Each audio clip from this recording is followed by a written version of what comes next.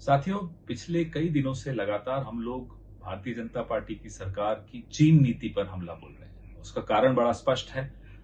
प्रधानमंत्री बार बार चीन के राष्ट्रपति के सामने नतमस्तक होते हुए दिखते हैं। यहां तक कि गलवान घाटी में जो हमारे 20 बहादुर सैनिकों की शहादत थी, प्रधानमंत्री ने चीन को क्लीन चिट देकर उस शहादत को भी नकार दिया, उनकी शहादत का भी अपमान किया। हमारे सेना के हाथ बंधे हुए हैं, प्रधानमंत्री ने खुद बांधे हैं। मैं आपको कारण बताता हूं। प्रधानमंत्री की चीन परस्ती आज से नहीं शुरू हुई। यह चीन परस्ती तब से शुरू हुई जब वो गुजरात के मुख्यमंत्री थे। अमेरिका उनको वीजा नहीं दे रहा था। चीन ये बार बार चले जाते थे क्योंकि वहां वीजा उनको आसानी से मिल जाता था। लगातार चीन जाते थे। वहां क्या उनके संबंध बने चीन से हमें नहीं मालूम। चीन के बड़े बड़े अधिकारियों को, मंत्रियों को गुजरात बुलाते थे। धौलेरा जो इंडस्ट्रियल सिटी बन रही है, 43,000 करोड़ के करारनामे चीनी कंपनियों के साथ किए। अपना लघु उद्योग, अपना मध्यम उद्योग बर्बाद कर दिया, लेकिन चीन की कंपनियों को पलक पावड़े बिछा बिछा कर जमीनें दी गई। ये गुजरात में किया, ये मुख्यमंत्री ने किया। मुख्यमंत्री का नाम नरेंद्र मोदी था। यहां तक कि नरेंद्र मोदी जी की चीन परस्ती का यह आलम है कि गुजरात के स्कूलों में मैंडरिन कंपलसरी करने की भी एक योजना ले आए थे। वो नहीं हो पाई, कांग्रेस ने उसका विरोध भी किया। भारतीय जनता पार्टी के नेता, 13 नेता चीन कम्युनिस्ट पार्टी के स्कूल, जिसको पार्टी स्कूल कहा जाता है, वहां पढ़ने गए। 2014 में गए। क्या पढ़ के आए हमें नहीं मालूम। क्यों इतनी करीबी, कितनी घनिष्ठता चीन के साथ, हमें नहीं मालूम। मैं आपको एक और बात बताना चाहता हूं। ये बार बार कांग्रेस के विषय में बात करते हैं।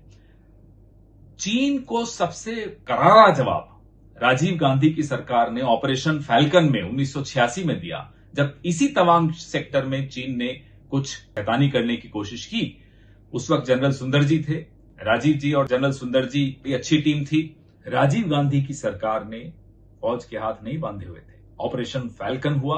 ऑपरेशन फैल्कन जब हुआ, चीन घबराहट के मारे नेगोशिएटिंग टेबल पर आया। फ्लैग मीट हुई, नहीं तो वो फ्लैग मीट भी नहीं होनी थी।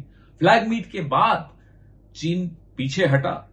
पीछे हटने के बाद राजीव गांधी ने उस मौके का पूरा फायदा उठाकर अरुणाचल प्रदेश को एक राज्य घोषित किया। यह होता है राजनीतिक इच्छा शक्ति। आज की तरह नहीं, मुंह खोला तो क्लीन चिट दिया, अन्यथा मुंह ही बंद रखा चीन पर। ये चीन से घबराहट प्रधानमंत्री की, इसके पीछे कोई राज है। वो राज क्या है, ये पूरा देश जानना चाहता है। आप चीन के आगे नतमस्तक क्यों हो जाते हो? आप चीन के आगे घबरा क्यों जाते हो? आप क्यों चीनी कंपनियां, वो भी ब्लैकलिस्टेड चीनी कंपनियों को ठेके दे देते हो?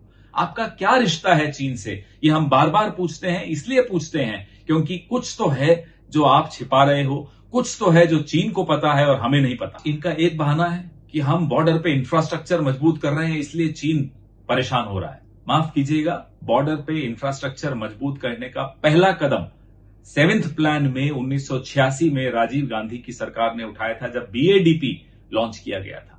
तब से अब तक लगातार हर सरकार ने बॉर्डर इंफ्रास्ट्रक्चर को मजबूती दी है। मनमोहन सिंह सरकार ने 2000 किलोमीटर लंबा ट्रांस अरुणाचल हाईवे की शुरुआत उस सरकार ने की थी। ईटानगर रेलवे स्टेशन किसने कंप्लीट किया? मनमोहन सिंह सरकार ने बनाया था। 6 एडवांस लैंडिंग किसने बनाए? मनमोहन सिंह सरकार ने बनाए।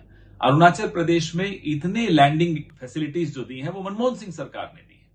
तो ये कह देना कि मोदी सरकार ने जो सबसे बड़ा धोखा किया भारत की सेना के साथ, वो है माउंटेन स्ट्राइक कोर को रोक देना।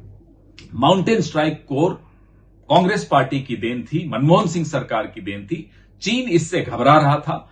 मनमोहन सिंह सरकार के जाते ही और मोदी सरकार के आते ही माउंटेन स्ट्राइक कोर को रोक दिया गया। आखिर कारण क्या था? क्या दबाव था मोदी सरकार पर?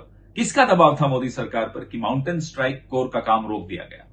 क्यों उसको आपने बजट नहीं सैंक्शन किया? क्यों आपने उसको एकदम ठंडे बस्ते में डाल दिया? क्या चीन का दबाव था? और अगर चीन का दबाव था, तो आखिर कारण क्या है कि चीन के आगे आप दब जाते हैं, मोदी जी?